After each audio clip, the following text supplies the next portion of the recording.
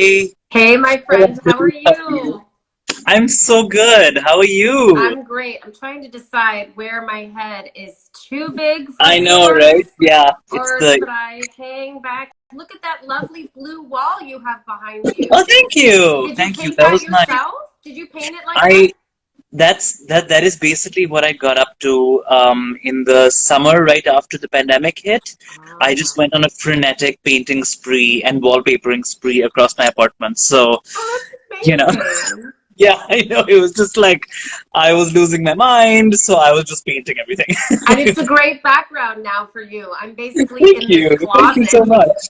I'm basically next to this closet because it's like where the router is. So it is what it Exactly. is, right? Yeah, yeah. No, I mean, I love that I placed my desk so that it can face the arch. So I have that. I got lucky this way. I'm gonna wait for a few more people to join, but everyone, thank you so much for being here. This is SAAG Chats episode 12. I am joined by Anjali Enjeti, who is a friend of mine and a friend of SAG's and a friend of basically every South Asian project and Asian American and Pacific Islander project that exists. I wish. She is a friend to all of them. So it is, and the funny thing is that this book that we're talking about today, Southbound, it is called, Essays on Identity, Inheritance, and Social Change. I always get a little tripped up because I'm like, does inheritance come first or does identity? I get Um, tripped up too. Half the time I can't even yeah, remember my subtitles, so don't worry about it. um, Probably I shouldn't have had it, right? I should have just called it Southbound. I love it. I love it. I love it. But that is also just one of two books that she has released this year. The most recent is The Parted Earth, which is a novel. So Anjali has the rare distinction of having two books in this year, which is mind-bogglingly amazing. We're going to be talking about Southbound mostly, but we'll we'll try to get to the parted earth towards the end as well. Anjali, how are you doing? How are you holding up? I'm doing okay. Yeah, I mean, I feel super lucky that I am vaccinated. You know, it's a weird weird time to release books, right? I mean, it's Yeah, just kind of weird. I am so grateful for online opportunities like this yeah, one where I can connect with people who I wouldn't have ever met in person. yeah. Um, but at the same time, it does feel a little lonely.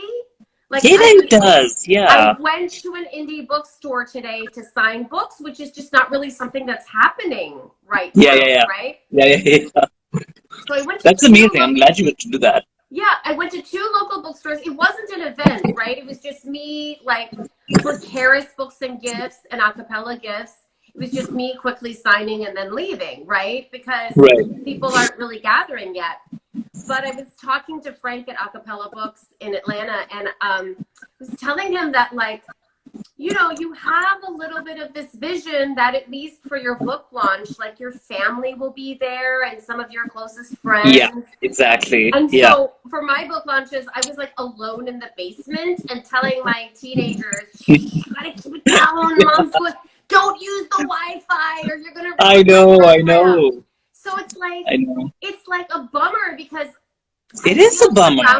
I feel 100%. surrounded by love online, but I miss hugging people and like looking at Yes, I people and know. smiling in person and laughing.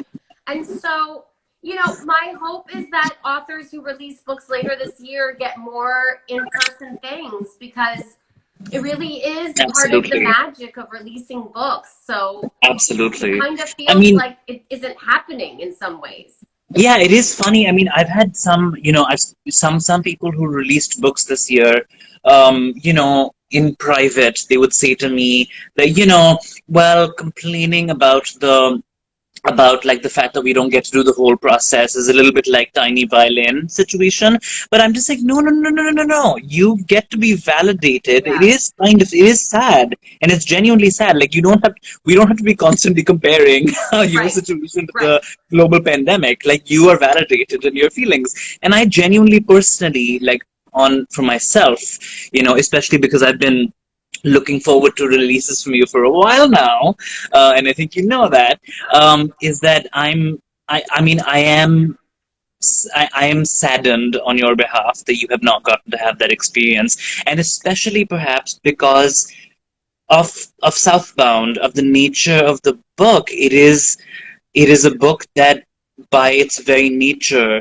is a call to community and a call to activist communities, and especially after the God's work that you did last year with Desi Blue, and flipping Georgia for the Democrats, and electing Raphael Warnock and John Ossoff, and I just think that's God's work. So I had a applause. lot of help.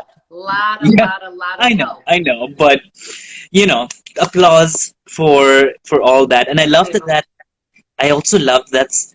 I'll get to that in a second, because I was initially thinking I should start with the end because it's the most topical. It's the thing that's happened least. It's the thing that's happened the most recently. But I actually want to start with something slightly different, perhaps. I have. You want to get into it?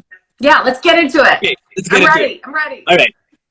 So as I was reading Southbound, so I read it obviously, like I read it a few months ago, and then I read it to catch up for this conversation again.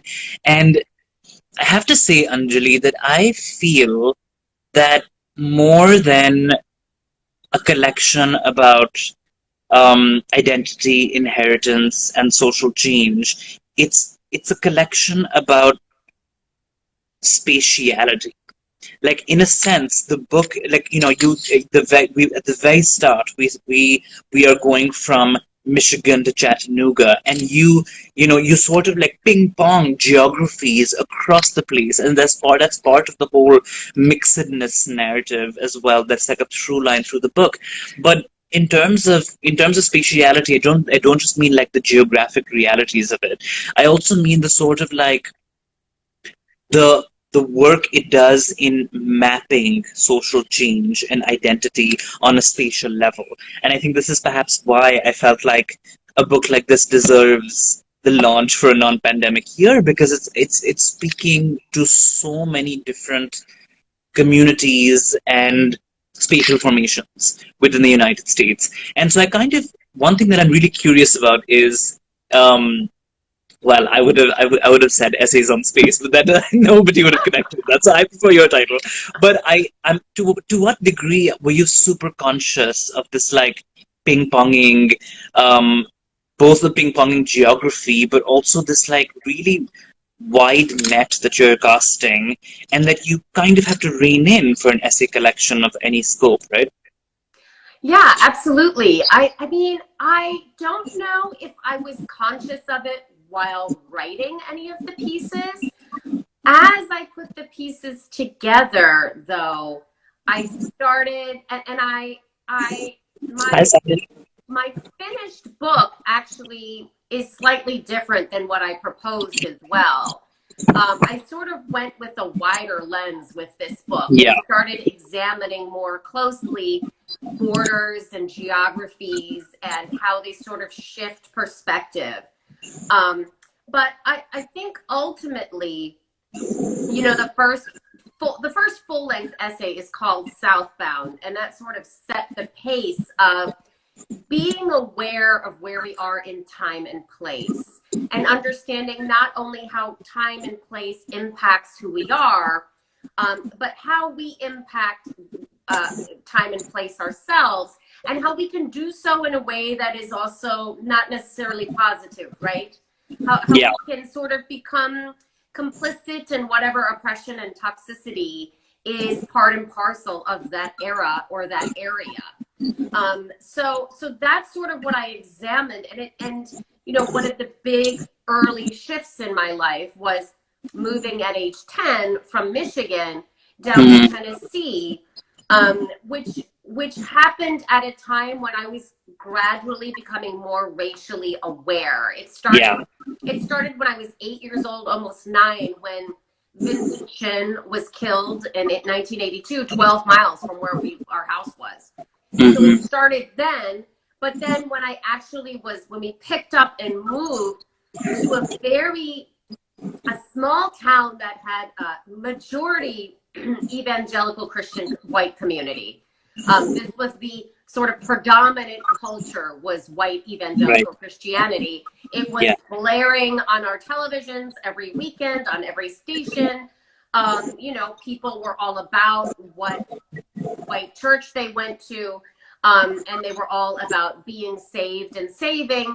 And so I was trying to sort of understand what that meant for me, and being in that much whiteness did really sort of make my identity partially whiteness, because that ended up being the sort of standard that I knew. It was commonly accepted. There were not many brown people at all in southeastern Tennessee in the early 1980s.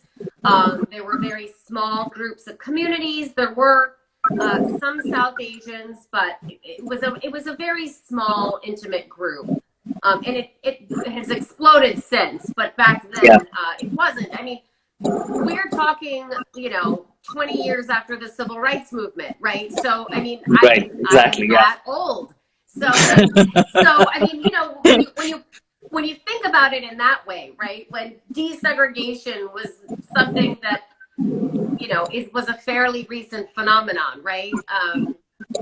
We're not, white people and black people were fairly still segregated, and there weren't a lot of brown people, and certainly not a lot of immigrant families. So, but absolutely, I mean, that shaped sort of how I saw other parts of the world, right? So like in my essay on extremism, to me, when I saw the Tea Party coming up, and then I saw people like Sarah Palin, and when I saw Trump, that all reminded me of my childhood. I sort of knew people that were like that, and had sowed the seeds for those really bigoted ideas that became Trump's, white supremacist platform. And so I started being able to make connections between sort of what was happening in the late 70s, 80s, of this sort of melding between evangelical Christianity and Republican politics. And then it just exploding, once we hit 2000 and after that. But yeah, I think you're right. I mean, I think very much geography and time are substantial themes in the book. Yeah, I'm really glad that you left time as that little nugget that I was going to follow up on. For anyone who's joining, please feel free to send us your questions, and we'll try to ask Anjali those questions in real time. But when you talk about time, it's really interesting. I mean, for one, I was one of the introductory note where you give a disclaimer about how language and bigotry and white supremacy has evolved. That's a fairly unique thing for a book to have, I think, in my experience. And I found it incredibly interesting, because what it did for me very early on in the book, just having that disclaimer, but also maybe I would have realized it regardless, is that I began to sort of continually question, wait, obviously it's profoundly interesting to have lived and known life before the word intersectionality pops up in the discourse. It is profoundly interesting to have lived and known life before the AIDS crisis and the cocktail. And how you describe all of that is inscribed into your own experience of time and life itself. And in a way, I guess one question that I have for you as the token millennial here is, when you're talking to people who have, like millennials, who maybe have not lived through that, what is the sort of temporal challenge that you find in talking about these things? First of all, I love talking to millennials, and my kids are Gen Z, because Yeah, there's so many more identifying terms now than what was available to me when I was coming of age. So, for example, the term brown, I yeah, very much identify as a brown person. And part of that is because I actually am brown, but the other part is because I'm mixed race, right? So right. while I also feel 100% South Asian, even though I'm only technically 50% South Asian, I am brown. I feel like that Right. term really describes me. And so I didn't have that term, right? I mean, Yeah, that yeah, wasn't a term until I think the first time I started hearing people use brown to describe themselves, I was in my 30s. Okay. So it's like yeah, they didn't yeah, even have a word for me.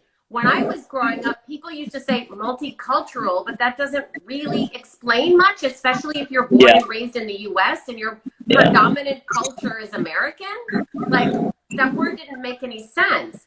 And what's interesting to me is, like, some people, like, for example, minority seems to be a word that most people think of negatively now. mm, For me, I feel very empowered by the word minority because right. it was Yeah, used so disparagingly against yeah, me for the early part of my life. It was said kind of with like disgust almost. yeah, So when I'm in my late 40s, I'm like, I'm a minority. Where are I mean, but I love yeah, having these conversations with people of different generations because I'm learning how much more identifying language is available to not just yep, me, but just to everybody. And I love it. I love that language has become more inclusive. I mean, in the 1980s, where I lived, which was sort of behind New York and San Francisco and Chicago and other big cities, yeah, gay was the word you described yeah, anybody who could possibly be yeah, queer, right? yeah, right. So it's just not descriptive when you use it for so many different kinds of people, right? Exactly. Yeah, And I feel like we have taken communities that have been made so invisible, and we're making them visible when we have these amazing terms that we use, that, I mean, that a lot of people just didn't even know what to call themselves. And I'm mm, grateful, and I love talking to other generations because of it, because I learned so much about terms that I didn't know. They teach me, or people who are older than me tell me about how, yeah, they used what are now considered slurs to describe themselves because there simply wasn't other language. right. So anyway, I love it. I think it's so exciting that we have the kind of words to describe communities that are so much more accurate and so much more empowering than what we Yeah, had when I was growing up. yeah. I mean, absolutely. I mean, I think for anyone who's perhaps, anyone who's at least my age has experienced what it's been like to live and learn new words as as there's cultural change, right? Like I do not like I've been talking to my closest friends about this, and this ties into like the very final chapter, but I've been talking to my closest friends about this for a while now, and my awareness of how queer and non-binary entered into conversation is it's delicate in the sense that I actually don't even know when it happened, Yeah. right? And so that makes the act of reconstruction, the act of going back and trying to figure out, wait, when did I learn about this, a really hairy and knotty act, because your memories tend to fail you, right? Like repeatedly. I think this is Yes. one of the themes of life, unfortunately, is that our memories tend to fail us. And this to me brings that, like, I think one of the amazing finds of this novel and of this book, and I think you also pointed out very early on in the introduction, which is sort of like you are reconstructing to a large degree, but at the very end, where you're talking about the Georgia chapter of Desi Blue, you've sandwiched that in the middle of a story about your grandmother's sari chest, and how you're reconstructing the design that she had made. And I found that I found that an incredible and kind of strange but incredible choice for two reasons. The first is that I know that for the last, year and a half or two or longer, you have been incredibly devoted to to Desi Blue and to like Yes. these to like flipping Georgia Blue, and for many more years to like building power in Georgia. So I sort of expected that to be center stage, right? And then to sort of see that be sandwiched amidst a reconstructive story about sari chest, I was like, this is new, and that's fascinating. And I think in a sort of, yeah, it speaks to the act of reconstruction, and I think how difficult it is, and in how we're trying to like mimic. And I think if I'm understanding you correctly, the finding the design on the sari chest is sort of like mimicking the act of reconstructing your own memories through the book itself, right? Yeah, I mean, you're good. You must be a book critic. So, the only You must be good Yeah. to have written that. Are you a book critic? So the mechanism for me to get to, so I'm an organizer, as Kamil has said. The mechanism for me to find activism as sort of a central part of my identity was me constructing my own identity instead of me always having this defensive posture, right? Me telling people, no, I'm not that kind of Indian. Saying, no, I do speak English, right? So when I'm redoing that design and discovering something different that wasn't there, it is me realizing how much power and control I have to exist on my own without being defined by others' parameters. And it wasn't until I learned how to do that in adulthood, well into adulthood, that when I finally could do that on my own, when I could finally proudly know and understand how I identify as a human being, that power that comes from it allowed me to then go out into the community and to become a better advocate for other people, right? People who are like me, people who aren't like me. It was the propulsion for my ability to get more deeply involved in social change. But I had to figure out myself and my shit first, right? Yeah. And I couldn't for a while because I was constantly being smacked down and saying, this is feminism. What are you talking about? When I had questions about why I didn't feel like feminism was working, or, this isn't for you because of who you are. You won't be interested in this. Right. So, I mean, a lifetime of that limited myself. It caused me to draw parameters around myself. And once I broke free from that, I was able to become a much more effective human being to serve other people, right? Not just for myself, but I could then better serve other people when I had the kind of self-concept and confidence about who I was. And I wasn't constantly feeling like I was being put in a box and minimized by other people. Yeah. Yeah. I mean, I find that incredibly profound, and in a way that sort of intervenes with the cultural discourse of identity itself, right? Because, and I think this is no surprise to you, that the very term identity politics is so fraught now. So you have people who are now it's a derisive term. So people who are doing identity politics are doing this thing. So it's a critique of identity politics or whatever. But I sort of and I'm sort of the person who, and I think as you know, I get very impatient with identity a lot of the time, because I think it's partially because of my identity, right? That I grew up in such a homogenous environment for most of my life, and then moved here when I was 22. And I actually often tell people that I'm when it comes down to it, I'm incredibly stupid about my own identity. And I think I need you to understand that. I keep telling my friends, I'm like, I need you to understand I'm incredibly stupid when it comes to my own identity. Like, quite literally, I'll give you an example.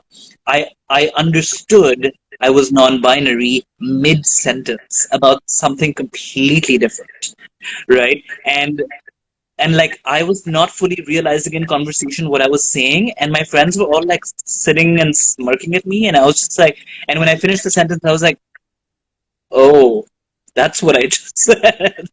That's what that means." But Because I said it, that's not you being stupid, right? That's social cultural norms being perhaps, so yeah, loud in our ear that we cannot hear anything else, yeah, right?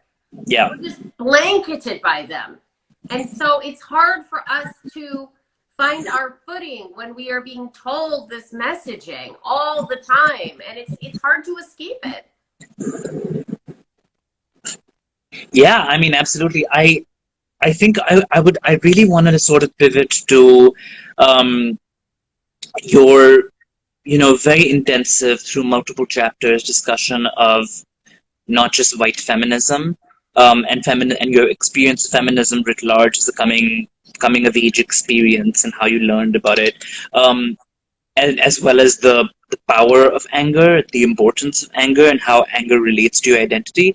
But I specifically want to discuss the experience, I think, through both these prisms, the experience at the National Organization for Women and now, and your interactions with two people in particular. The first being Faith Evans, who, as a former Black Panther Party member, must have been obviously so formative for you, and comes across that way.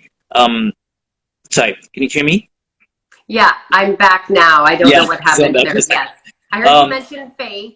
yes, I was just saying that Faith clearly comes across. Faith Evans clearly comes across as so formative to you in your identity and your understanding of activism at that particular moment in time, and but also the pseudonym, your fellow intern Eva, and I kind of want to ask about the trajectory of now and to where we are perhaps in the current moment with regards to activist organizations. And in a weird way, I think one of the things that I feel the most after having read all those chapters is that there is there's a lot of non-linearity in them. You're not going chronologically, that's for one thing. But I think the going non-chronologically, if anything, emphasizes the temporal continuity amongst all these things. And I'd kind of love to sort of hear about what are the temporal, what are the continuities between your experience at now and your experience in, feminist organizing today in this present moment, and how a lot of those efforts and attempts and difficulties may be spoken about differently but are in essence the same. Yeah, great question. So, it's really interesting because I've been thinking about my experience at now, which happened quite some time ago, right? We're talking in the mid 90s, basically. And I never became a member after that and sort of didn't pay attention to it. But after the whole Me Too movement, and then after, the Black Lives Matter movement, which has been around for years, but came to really Yeah. heightened awareness last year, I had not heard a whole lot of critique about now. And then there started to be articles published by brown and Black women and femmes who were talking about the racist experiences at now. And it was, and I had written that entire essay before that, and then I included a paragraph about it only afterwards, because until then I really, hadn't heard very many accounts of it. But look, unfortunately, we can talk about feminist organizations, we can talk about progressive organizations, we can talk about political candidates, every sort of model that we have Yeah, in movement spaces inadvertently tends to replicate white supremacy and the patriarchy, right? absolutely. I co-lead my own organization, and I'm telling you, this is even hard for me. It's really, I mean, really same. difficult. Same, Yeah, absolutely. Yeah, it's really difficult.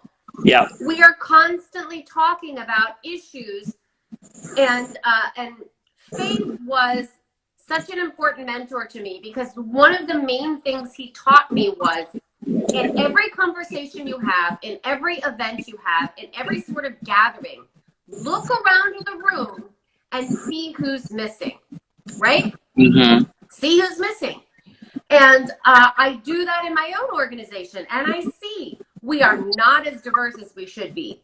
We Right. do not have as many Muslim members as we should be. We do not have many Bhutanese or Nepalese members, right? I mean, like, I'm constantly thinking about this, but it's really hard to solve because it's a chicken and egg problem.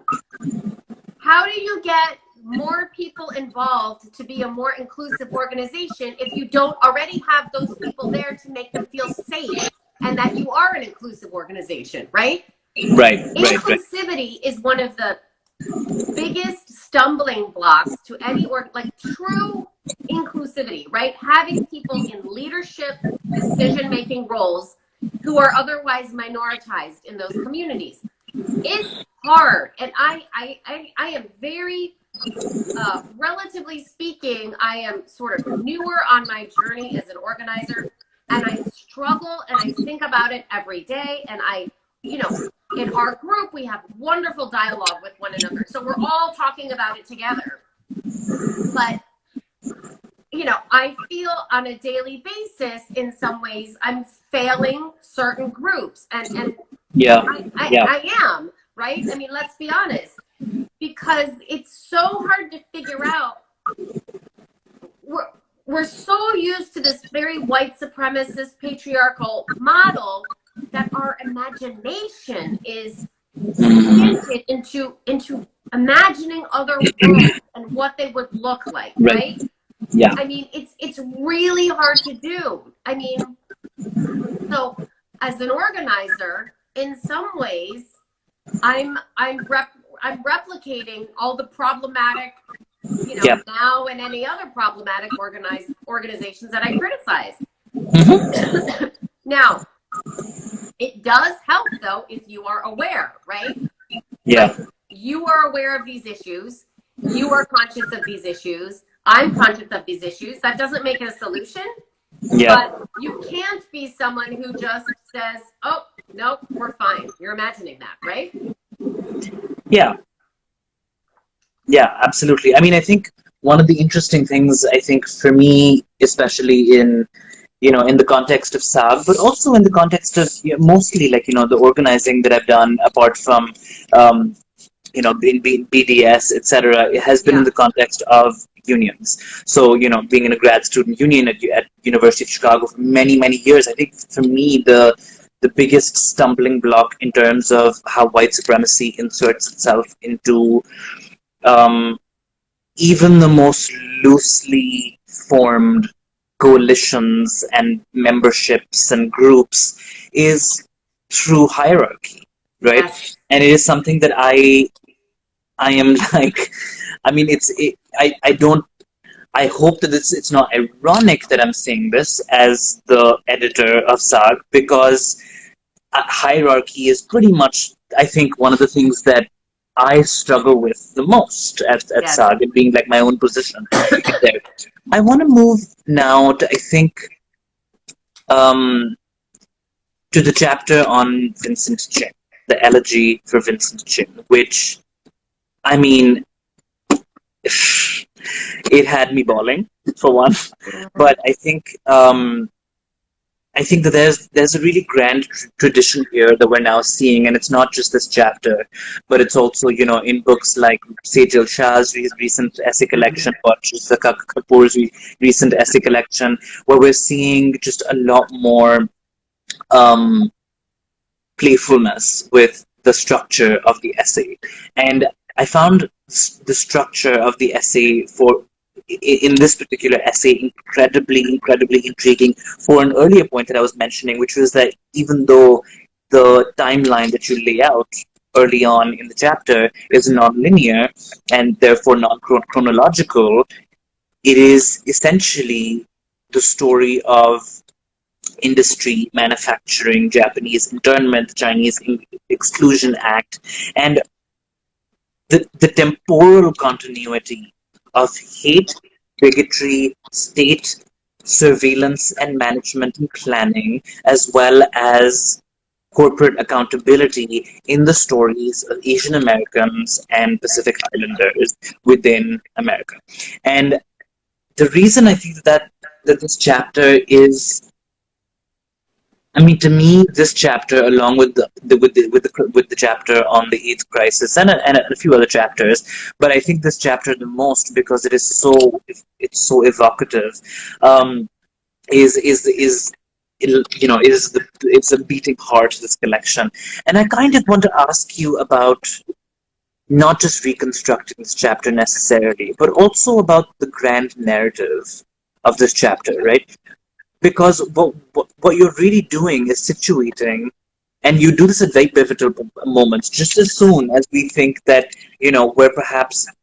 we're sitting with Vincent Chin, Vincent Chin's mother, for instance, you turn us back into Japanese automobiles and manufacturing. And I kind of want to talk about superstructure for a second here, just in terms of the narrative throughout the 20th century of automobiles manufacturing and your own personal history in that, given that you moved out of Michigan at a time during the declining auto industry. Mm-hmm. How did those narratives all weave around you as you were sort of living through this history in which the story of Vincent Chin sort of comes in?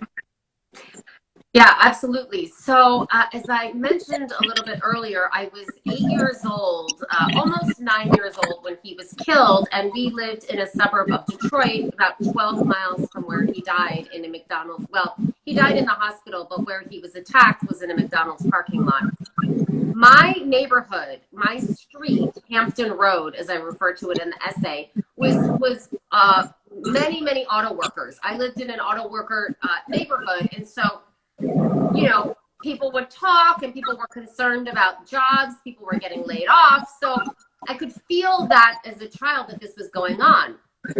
Ironically, our closest friends that were like family to us were auto workers who lived across the street. They loved us dearly. It was like an aunt and an uncle. This was a white family with much older children. And so they just loved on my brother and I so much.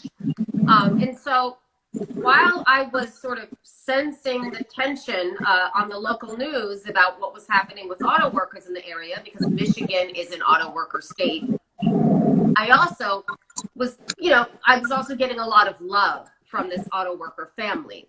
And then Vincent Chin was killed. And so, back then when I was growing up, in the olden days, right, news really only played in the evening. You had your half an hour of local news, your half an hour of national news, and then everything came on again at 11 o'clock at night, right? But Vincent Chin was on my national news, but then for months and months, he was on the local news, right? He was in the Detroit Free Press that my parents used to get on their doorstep. I'd see him on the doorstep. So when I was thinking about this essay, there was no way for me to think about his killing by these two laid off auto workers who had this, anti-Japanese hatred because Toyota was going to be built on U.S. soil and have its own factory.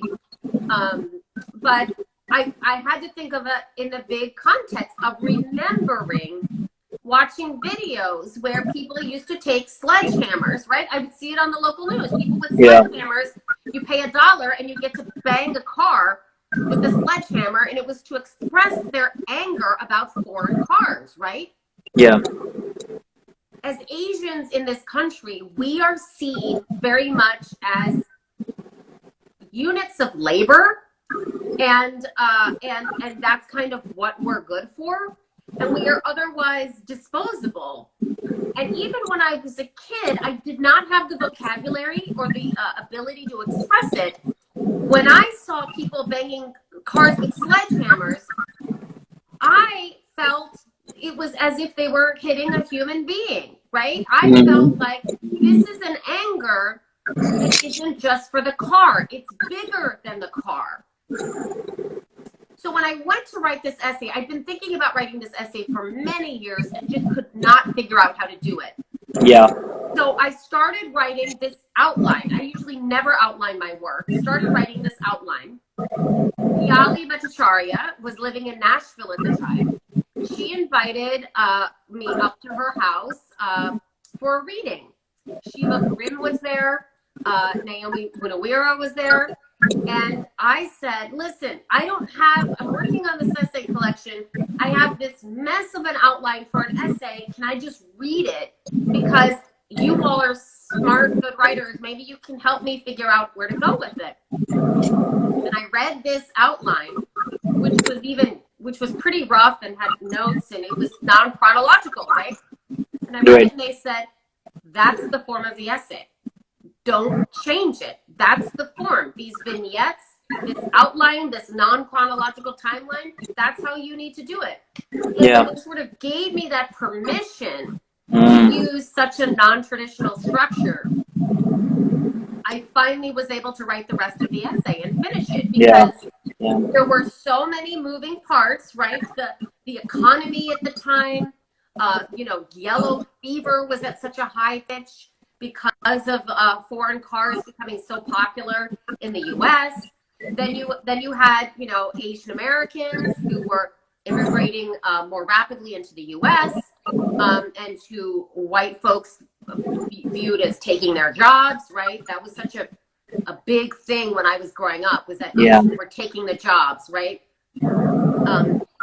So in order to play with all of these forces and to put it into something that was cohesive, I actually had to make it a very sort of non-traditional structure to get it to all make sense in the landscape that I was trying to write about. That's fascinating, and I also think that. So I'm sorry, I was the whole time I was just thinking, wait, like, should I be outlining my essays?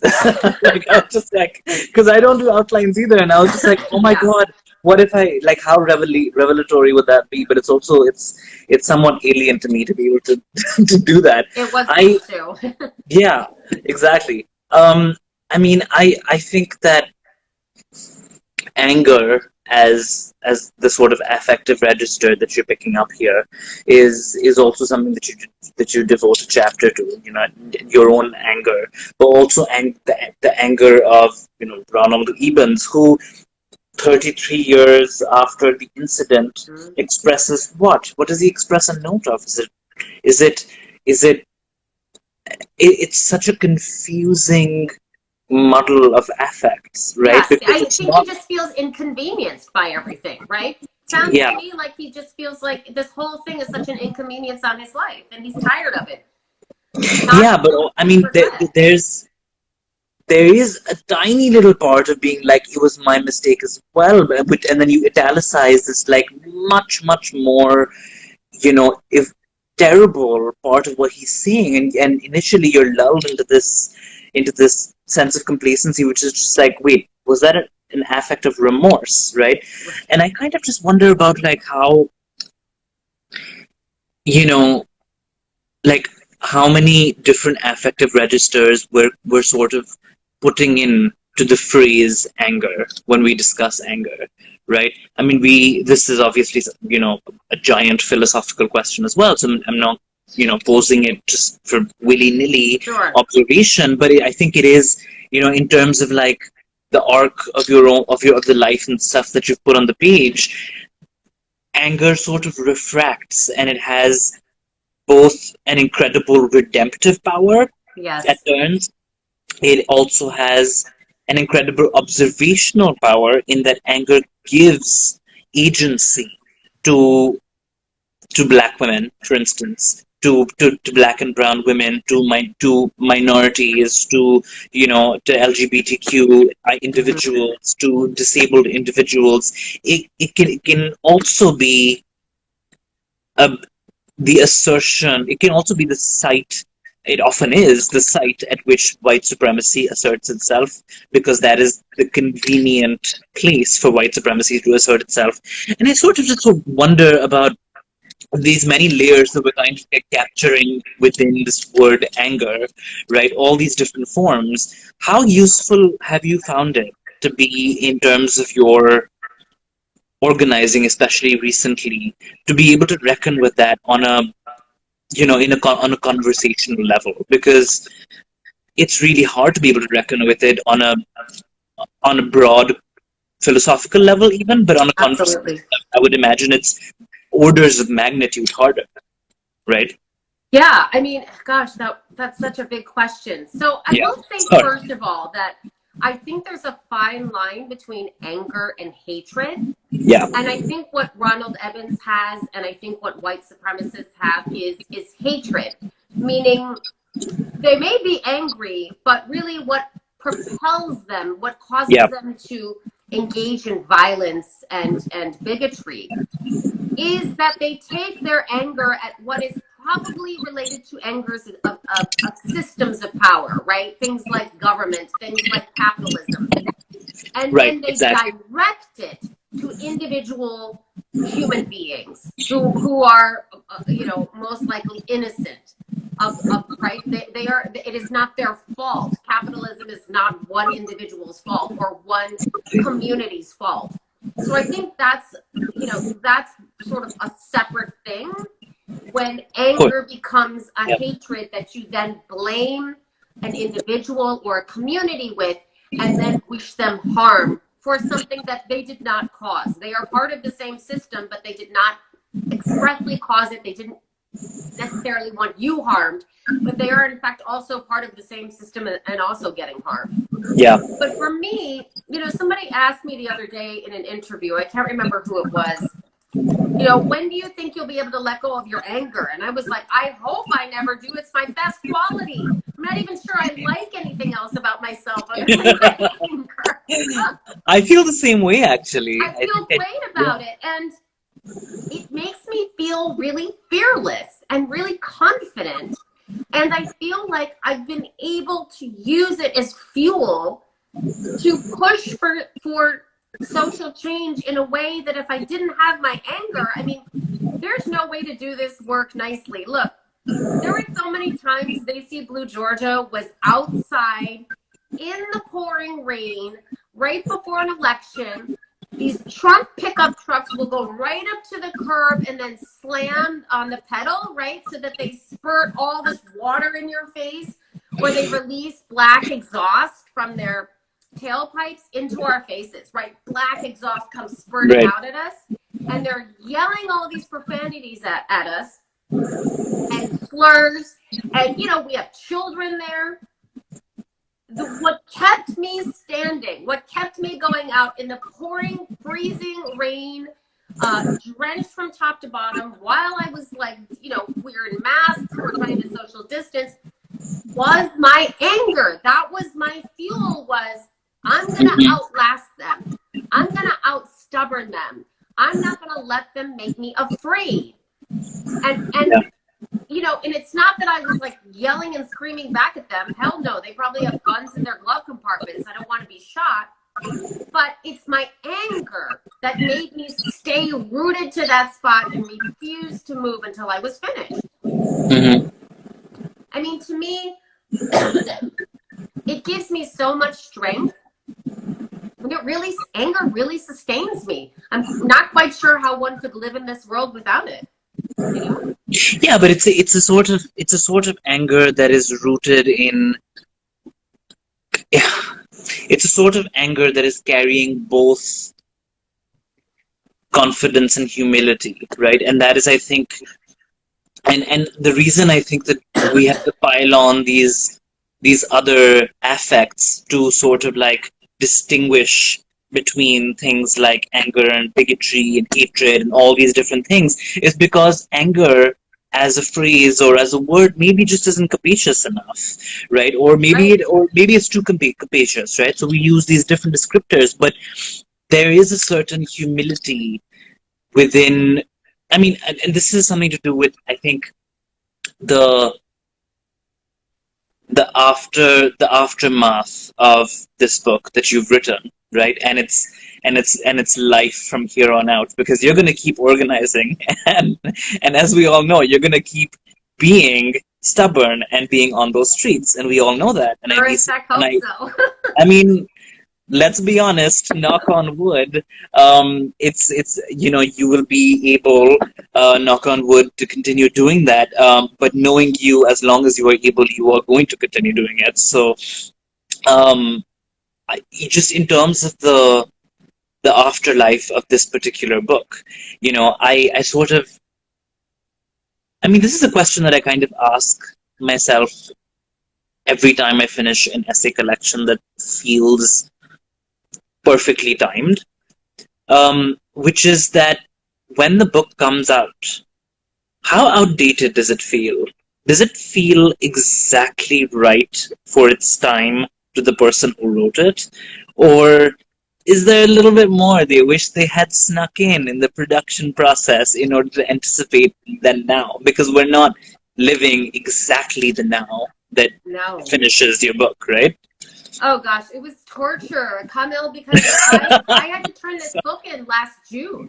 I know. So I wrote that Vincent Chin essay, for example, before anti-Asian crime and anti-Asian hate started really skyrocketing, right? Trump had been saying his racial slurs about COVID, but it really, really got bad after that. And then, of course, we had not only the presidential election in November, which I couldn't really write about at all, but then we had this bizarre scenario where we had this, this U.S. Senate runoff where exactly. Georgia had to do it all. So, I mean, clearly none of that's in the book. And I was really struggling with that so much while I was doing copy edits and proofreading where you can't go and just add several paragraphs more. Yeah. And a friend of mine told me, look, I know this is killing you that you can't include this stuff in your book, especially since this was such a big part of your life. I mean, 6 months before the runoff, I really don't remember any part of my life other than doing the editing for these books and the election stuff, right? I mean, I had 3 kids, and I'm not even, I think I saw them at some election things. But I was so just laser focused. Yeah. So this friend of mine said, look, when you're doing an essay collection, or actually when you're doing any sort of nonfiction book, you have to just accept that it's a snapshot in time. So think of somebody 10 years from now picking up your book. Will your book be a sort of accurate narrative for the time that it was in? Will it tell a story that was pertinent to this era? The answer is yes. So let go of the fact that you couldn't, all these other, more recent current events. I mean, the whole country changed from the time I turned in my book to the time my book came out, right? I mean, really, the whole country changed. So I had to let it go. I just had to find a way to make peace with the way that it was and tell myself, okay, maybe someday I will write about the election. I have no idea. It takes me a long time to process things. So I'll be ready to write about that election for like 2 or 3 more years. But I have to just make peace with it, right? Like, this is a book. It's a snapshot in time, like any other nonfiction book, and it has to end somewhere. And hopefully it will stay relevant just because of that snapshot in time. Yeah. I mean, my personal take on it is that I mean, I thought it was obviously incredibly timely when I read it. But knowing you, I was like, oh man, I bet this is bothering her. It really was. I bet this is bothering her. So I kind of wanted to ask about Yeah, it really did bother me. I was just twisted like a pretzel inside my stomach. I was like, want to talk about this. Yeah, I feel you, but I mean, I completely agree with your friend. I mean, it comes across. I mean, it also has the immense benefit and of being prescient, right? And that's, in the Vincent Chin essay, perhaps doesn't need to reckon with the contemporary details because it's doing that in its readers' minds right now. And I think that that's one of the things that remains somewhat when you're doing a book like this, when you have so much temporal continuity, there can be some peace of mind that if you've been charting like basically a century more of worth of like oppression, well, it's not going to end anytime soon. It's going to continue to be relevant. Right. So I think that, on all those scores, I think you have absolutely nothing to fear, and I think it is a beautiful and evocative collection that everyone should go buy if you have not bought it already. I know in the mirror image the title comes off weird, but it is called Southbound by Anjali Enjeti and Essays on Identity, Inheritance, and Social Change. Anjali, we have 6 minutes, and I know we have to wrap up the IGTV, otherwise I won't be able to post it. But I would love to ask you as a final question Yes. about the Parted Earth, and because I cannot ask you a question that will not take me forever to articulate, I would like for you to perhaps give us like a little like mini biographical background on your protagonist. I don't know, that sounds like a fun exercise. Yeah, so my protagonist, well, there are kind of two main protagonists, but the one protagonist that the sort of novel centers around is With Deepa, yeah. her name is Shawn Johnson, Shawn short for Shanti. She's a 40-year-old woman living in Atlanta who is completely disconnected from the Indian side of her family. Her father was Indian, her mother was white, and her father left her when she was only 5 years old to move to India. Didn't really give a good explanation why, and then he passed away when she was only 11 years old. So Shawn is living her life, not really knowing the Indian part of her identity at all. And it's not until she has the pregnancy loss and her marriage falls apart that she starts digging into her past. And when she does, she finds out that she has this ancestry that was very deeply affected by partition and had no idea, and that this is the reason why she is estranged from her grandmother Deepa, who has been living in Europe for the last couple decades. Yeah. And do you want to talk about Deepa? Yeah, so Deepa at the beginning of the novel is 16 years old. She's living in Delhi in 1947. She's the only child to two adoring parents, and in her main section of the book, she is falling in love with a 16-year-old boy named Amir, and it is the eve of partition, and Amir and his family are going to flee to Pakistan any day, and she's trying to grapple with, young love and friendships that are going to fall apart because they're also going to have to leave what will be the new India, and then dealing with the communal violence and the political strife that's happening all around her. Yeah, I just finished the Parted Earth, and I have so many thoughts on it. And if I expound on any one of them, I will. This IG live will not be saved. So so we're gonna end there. Thank you so much, Anjali. I'm so Thank thankful. I want to you. talk to you for more. This is why I said we probably need to focus on one book because I can't contain myself.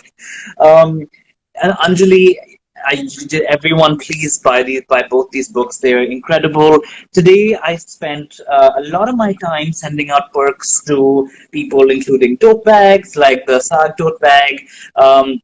As well as copies of Megha Majumdar's Burning and other books.